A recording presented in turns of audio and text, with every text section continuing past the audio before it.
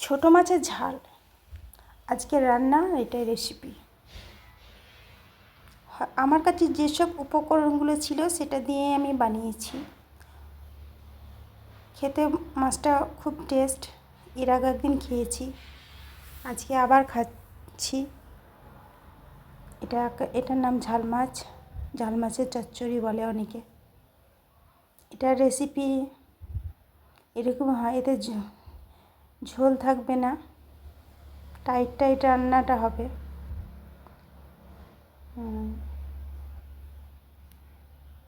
আপনার কাছে হয়তো অনেক কিছু আরও বেশি উপকরণগুলো আছে, আমার কাছে যেসব ছিল সেটা দিয়ে আমি তৈরি করেছি।